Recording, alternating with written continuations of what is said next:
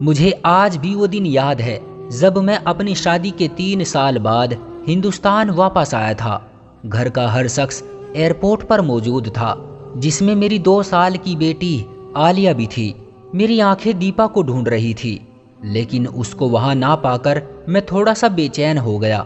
घर वालों से मिलकर आलिया को गोद में लिया तो वो जोर जोर से रोने लगी। राजीव, लाओ इसे मुझे दे दो, दीदी की आवाज़ आई।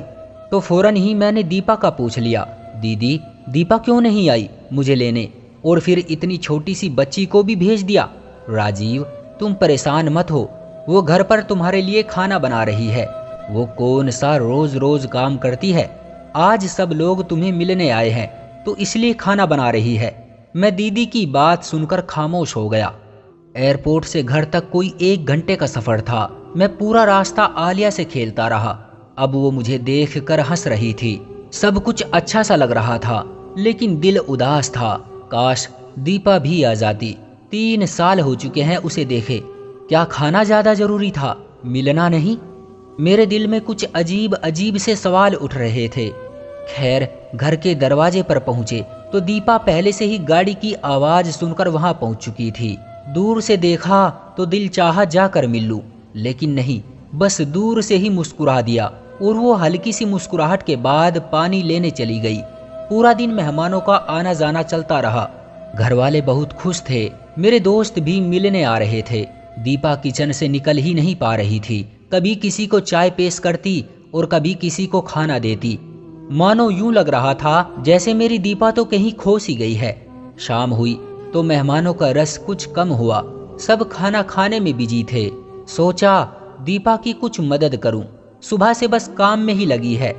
अभी उठा ही था कि मम्मी ने बुला लिया, राजीव, मेरे पास आकर बैठ जाओ। जी मम्मी, दीपा से कुछ बात करनी है, आ रहा हूँ। उसे छोड़ो, काम खत्म करके खुद ही आ जाएगी। वैसे भी कौन सा काम करती है, आज ही तो करने लगी है, उसे करने दो। मैं हैरान था क्योंकि दीपा के बारे में मैं ये दूसरी बार सुन रहा था। दीपा के खिलाफ कहीं ना कहीं आग मेरे दिल में लग चुकी थी। सुबह जब दीदी ने दीपा को काम ना करने का सुनाया और साथ में मम्मी भी दीपा को डांटने लगी तो मैं भी चुप करके बैठ गया और सोचने लगा कि शायद मम्मी ठीक कह रही होगी। आखिर वो मेरी माँ है, गलत कैसे कह सकती है। रात को जब सब सोने चले गए तो दीपा से कुछ बात करने का मौका मिला। दीपा, इतनी चुप क्यों रहती हो? तुम तो बहुत बोला करती थी, याद है ना? पूरा दिन हम ऑफिस में बस तुम्हें चुप कराया करते थे। कभी वो उससे लड़ाई तो कभी मैडम सुनीता से। दरअसल दीपा और मैं एक ही ऑफिस में नौकरी करते थे। दीपा मुझे पहले दिन से ही पसंद आ गई थी। जब वो पहले दिन नौकरी पर आई थी, मासूम सी थी, पर बोलने में पूरी तोता थी। हमने 3 साल तक एक साथ जॉब की। फिर मुझे बाहर जाने का मौका मिला तो जॉब छोड़ दी। लेकिन आपको कभी नहीं बोला, तुमको अपनाना चाहता था। तभी माँ को राजी किया, जो कि इंतहाई मुश्किल काम था। और फिर आखिरकार हम एक हो ही गए। मैं बस 1 महीने के लिए ही अपनी शादी पर आ सका। शादी के बाद इधर उधर दावत और घूमना फिरना लगा रहा। पूरा महीना गुजर गया, पता ही न चला। राजीव, वो मैं बस दीपा ने अभी इतना ही कहा था कि आलिया ने रोना शुरू कर दिया। दीपा उसको चुप कराने और सुलाने में लग गई। मेरी आंख कब लगी पता ही न चला। सुबह आलिया के रोने की आवाज से मेरी आंख खुल गई। दीपा यार, आलिया को देखो, ये क्यों रो रही है? पर आलिया की मुसलसल आवाज से आखिर मैं उठ ही गया। दीपा कहाँ हो यार? ये कहते हुए मैं आलिया को लेकर कमरे से बाहर आया तो फिर दीपा को किचन में ही पाया। चने कम पड़ गए हैं, दीपा चने और लाना। मम्मी की आवाज मेरे कानों में पड़ी तो कुछ देर रुक सा गया। सब लोग खाने की मेज पर थे सिवाय दीपा के। मम्मी ने मुझे देखा तो बुला लिया, आ जाओ बेटा, नाश्ता तैयार है। देखो तुम्हारे सब बहन भाई मौजूद हैं। मम्मी, दीपा कहाँ है? आलिया को भूख लगी है। तभी दीदी बोली, आलिया को मुझे दे दो, तुम फ्रेश हो जाओ, इसे मैं देखती हूँ।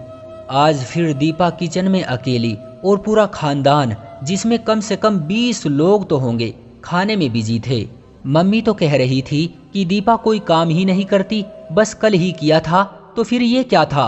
दीपा, अपना और मेरा खाना बाहर ले आओ। शायद मेरी बात किसी को भी अच्छी नहीं लगी थी। पर कुछ ऐसा भी था जो मुझे भी अच्छा नहीं लग रहा था। सुबह से दोपहर, दोपहर से शाम दीपा का बस एक ही काम था कि वो हर किसी की ख्वाहिश पूरी करने में लगी रहती। मैं समझ चुका था कि दीपा इतनी चुप क्यों हो गई है। मेरे घर में आ जाने के बाद दीपा के चेहरे पर फिर से कुछ बदलाव आना शुरू हुआ था। शायद मेरे जाने के बाद सब उस पर हावी हो जाएंगे, तभी वो थोड़ा सहम चुकी है। वक्त गुजरता रहा, अब वो काम छोड़ भी दिया करती थी या मुझसे कह देती और मैं खुशी से उसकी मदद को उठ जाता। आज मम्मी की आवाज़ आई कि दीपा नाश्ता बना दो, नेहा आई है। नेहा मेरी दीदी का नाम था, जिनकी शादी हमारे घर के करीब ही बाबा के दोस्त के लड़के से हुई थी। दीदी तकरीबन रोज ही हमारे घर आ जाया करती थी। दीपा की कमर में शदीद दर्द था। मेरे मना करने के बावजूद वो किचन में गई और नाश्ता तैयार करने लगी। क्योंकि आलिया अभी सो रही थी, इसलिए मैं दीदी से बातें करने में मसरूफ हो गया। दीदी हम सब बहन भाइयों से बहुत प्यार करती थी और हम सब उनको बहुत पसंद करते थे। राजीव प्लीज खाना लगवा ले मेरे साथ में। हाँ ठीक है। मैं सर हिलाकर उठ खड़ा हुआ और दीपा की मदद करने लगा। ये बात किसी को भी अच्छी नहीं लगी। जब नाश्ते से फारिग हो गए और दीपा भी आलिया को लेकर कमरे में चली गई, तब दीदी और मैं एक दूसरे से बातें करने में मसरूफ हो गए। राजीव, तुम जानते हो मैं तुम लोगों से बहुत प्यार करती हूँ। कभी ऐसा नहीं चाहती कि तुम लोग खुश ना रहो, लेकिन मेरी कुछ नसीहतों पर अमल करोगे तो सुखी रहोगे। आगे तुम्हारी मर्जी, मैं तुम पर जबरदस्ती तो नहीं कर सकती। जी जी दीदी, आप बोले। आपको मालूम है कि हम सब बहन भाई आपकी और मम्मी की बात को जरूर अहमियत देते हैं। राजीव, तुम अपनी बीवी की मदद जरूर किया करो, लेकिन इस हद तक जब तक कि तुम्हें कोई ना देखे। अच्छा सा नहीं लगता तुम बर्तन उठा रहे हो और औरतों वाले काम कर रहे हो। जो आदत तुम आज उसको डालोगे कल वही रहेगी। जो उसके काम है उसको करने दिया करो, आखिरकार वो आहिस्ता आहिस्ता कर ही लेगी। लेकिन अगर आदत बन गई तो फिर तुम्हें हमेशा ही उसकी मदद करनी पड़ेगी। दीदी की बात मेरे दिल को लगी। दिन गुजरते रहे, दीपा मुसलसल काम में लगी रहती। कभी मेरा दिल चाहता तो बस आलिया के लिए दूध बना देता, उससे ज्यादा कुछ नहीं। मम्मी नहीं चाहती थी कि मैं वापस दूसरे मुल्क जाऊं, बस फिर वही रह गया। चूंकि मैं एक मेकअप की कंपनी में जॉब करता था, मैंने इसी काम को घर पर ही शुरू कर दिया, जिससे मैं घर बैठे ही कंप्यूटर से ऑनलाइन मेकअप सेल करके बहुत अच्छा कमा लेता। वक्त गुजरता गया, सब कुछ नॉर्मल था। मैंने कभी गौर ही नहीं किया कि दीपा क्या करती रहती है। जब मेरे 3 बच्चे हुए तो गुजारा थोड़ा मुश्किल हो गया। मेरी दोनों बेटियां तो स्कूल जाया करती थी, लेकिन बेटा अभी छोटा था। तभी मैंने और दीपा ने एक फैसला किया कि हम बच्चों को बेहतर शिक्षा देने के लिए शहर शिफ्ट हो जाते हैं। वहाँ दीपा नौकरी कर लेगी और मैं घर बैठे अपनी चीज़ों को सेल कर लूँगा। दीदी से मशवरा किया तो उन्होंने भी उसकी हामी भर ली कि ठीक है, बस मम्मी को मत भूल जाना। मेरी तो ख्वाहिश थी कि मम्मी को साथ ले जाऊं, लेकिन मम्मी अपनों को छोड़कर जाने के लिए तैयार न थी। वो बड़े भाई के साथ रहने लगी। अब जिंदगी बेहद मसरूफ थी। मैं पूरा दिन शाम तक ऑर्डर ही लेता और उनको उनके पते पर भिजवा देता। दीपा जॉब में बिजी थी और बच्चे पढ़ाई में। एक दिन दीपा जॉब से आई तो शायद कुछ ज्यादा ही थक गई थी, आते ही सो गई और हम सब भूखे ही रह गए। दीपा थोड़ा बीमार रहने लगी थी। अब जब वो जॉब से वापस आती तो पहले की तरह चुस्त और ठीक महसूस न होती। अब दोपहर के खाने के साथ साथ हम रात का खाना भी होटल से मंगवा लेते। दीपा रोज कहती कि राजीव, मुझे डॉक्टर के पास ले जाओ, और मैं रोज काम की वजह से ना जा पाता। सालों साल यूं ही गुजरते रहे, ना मुझे टाइम मिला, ना दीपा की बीमारी ठीक हुई। नहीं मालूम उसे क्या हुआ था। फिर एक दिन ऐसा आया जब मैं खूब बीमार हुआ। पेट के दर्द ने जैसे मेरी जान निकाल दी हो। सिवाय दीपा के मेरे पास कोई नहीं था। आखिर मेरे घरवाले भी तो हैं, उन्होंने मेरा ख्याल क्यों नहीं रखा। एक दफा फिर मुझे एहसास हुआ कि मैं दीपा के साथ बहुत गलत कर जाता हूँ, लेकिन ये एहसास शायद कुछ दिनों का होता था।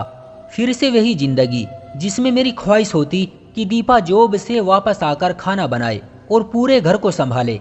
और जब बात मेरी मदद की आती तो मैं अपनी थकान को आगे ले आता और दीदी की कही वो बात कि पत्नी की ज्यादा मदद ना करना, वरना सारी जिंदगी ही करनी पड़ेगी, मेरे दिमाग में मौजूद थी। दीपा और मैंने लड़ना शुरू कर दिया। कभी वो टाइम ना देने पर मुझसे लड़ती, और कभी मैं खाना ना बनाने पर, और कभी तेरे घर वाले, और कभी मेरे घर वाले। बस यूं ही तू मैं करके वक्त गुजरने लगा। कभी मान जाते, कभी लड़ने लगते। आज मैं बहुत उदास हूँ। दीपा हॉस्पिटल में है, उसको ड्रिप लगी है, और मैं खुद को काफी तनहा महसूस कर रहा हूँ। बस मैं और मेरे बच्चे, और कोई नहीं है। मेरे घरवाले दीपा से हाल चाल पूछकर जा चुके हैं। सिवाय दीपा की मम्मी के और कोई नहीं जो इस वक्त इसके लिए बेचैन हो। मुझे आज वो दिन याद आते हैं कि क्यों हम लड़ते थे, अपना वक्त जाया करते थे। क्यों मेरी दीदी ने मुझे ये नहीं कहा कि राजीव, अपनी पत्नी की मदद किया करो। क्यों मैं दीपा को हर दफा गलत कह देता था, और बस मुझे यही लगता था कि ये बस काम से भागने के चक्कर में रहती है। क्यों हर दफा मैं अपने घरवालों की बात को सही समझता था। मैंने और मेरे घरवालों ने दीपा को बदल डाला था। वो दीपा जो जिंदगी जिया करती थी, मैंने उसकी खुशियां अपने तानों से खत्म कर डाली थी। मैं उसका ख्याल तो बहुत अच्छे से रखता था, लेकिन सिर्फ पैसों की हद तक। दीपा, तुम वापस आ जाओ, मैं तुम्हारे बिना नहीं जी सकता। तुम मेरी जिंदगी की साथी हो, मुझे तुम्हारे साथ की आदत है। बस ठीक हो जाओ यार। मुझे आज समझ आया कि वो तो खाना भी नहीं बनाती थी, फिर क्यों थक जाया करती थी। सिर्फ खाना बनाना घर के कामों में शामिल नहीं होता, और भी बहुत कुछ होता है। आजकल मैं भी खाना बाहर से मंगवाता हूँ, और फिर भी बहुत थक जाता हूँ। पूरा दिन मैं 5 मिनट का आराम नहीं कर सकता। दीपा, तुम सच कहती थी कि राजीव, दुनिया की नजरों में सिर्फ मर्द ही क्यों थकते हैं। आखिर औरत क्यों नहीं थक सकती? उसको इजाजत क्यों नहीं होती कि वो अपनी थकान को बयान कर सके? मैं अपने भाइयों से ये जरूर कहना चाहूंगा कि जो गलती मैंने की है, आप लोग कभी मत करना। अपनी पत्नियों के लिए टाइम निकालो, उनके भी नखरे उठाओ, क्योंकि ये इन सब को पसंद करती है। और अगर तुम चाहते हो कि तुम्हारी पत्नी हमेशा जवान और हंसी रहे, तो उसकी तारीफ किया करो। जो मर्द ज्यादा गुस्सा करते हैं, उनकी पत्नियां जल्द बीमार और बूढ़ी होना शुरू हो जाती है। और एक बहुत अहम बात, हमारे घरवाले जितना हमसे प्यार करते हैं, उतना हमारी पत्नी से नहीं कर सकते। लिहाजा पत्नी आपकी है, ना कि मोहल्ले वालों की, और उसने आपके घर को संभालना होता है। लिहाजा उसको और भी ज्यादा मजबूत बनाने के लिए आपके प्यार और मदद की जरूरत पड़ती है। अपनी बीवियों की उनके काम में मदद किया करो, ताकि अगर वो थके भी तो आपका साथ उसका सहारा बन जाए, और आपका घर हमेशा स्वर्ग बना रहे। दोस्तों, आपका इस कहानी के बारे में क्या कहना है? कमेंट में अपनी राय का इजहार जरूर करें। वीडियो को लाइक कर दीजिए, और इसी तरह की कहानियां लगातार देखने और सुनने के लिए चैनल को सब्सक्राइब करके घंटी को दबाकर ऑल पर सेट कर लीजिए, ताकि आने वाली वीडियो का नोटिफिकेशन आपके पास तुरंत पहुंचे। मैं मिलता हूं आपसे अगली वीडियो में, तब तक के लिए धन्यवाद।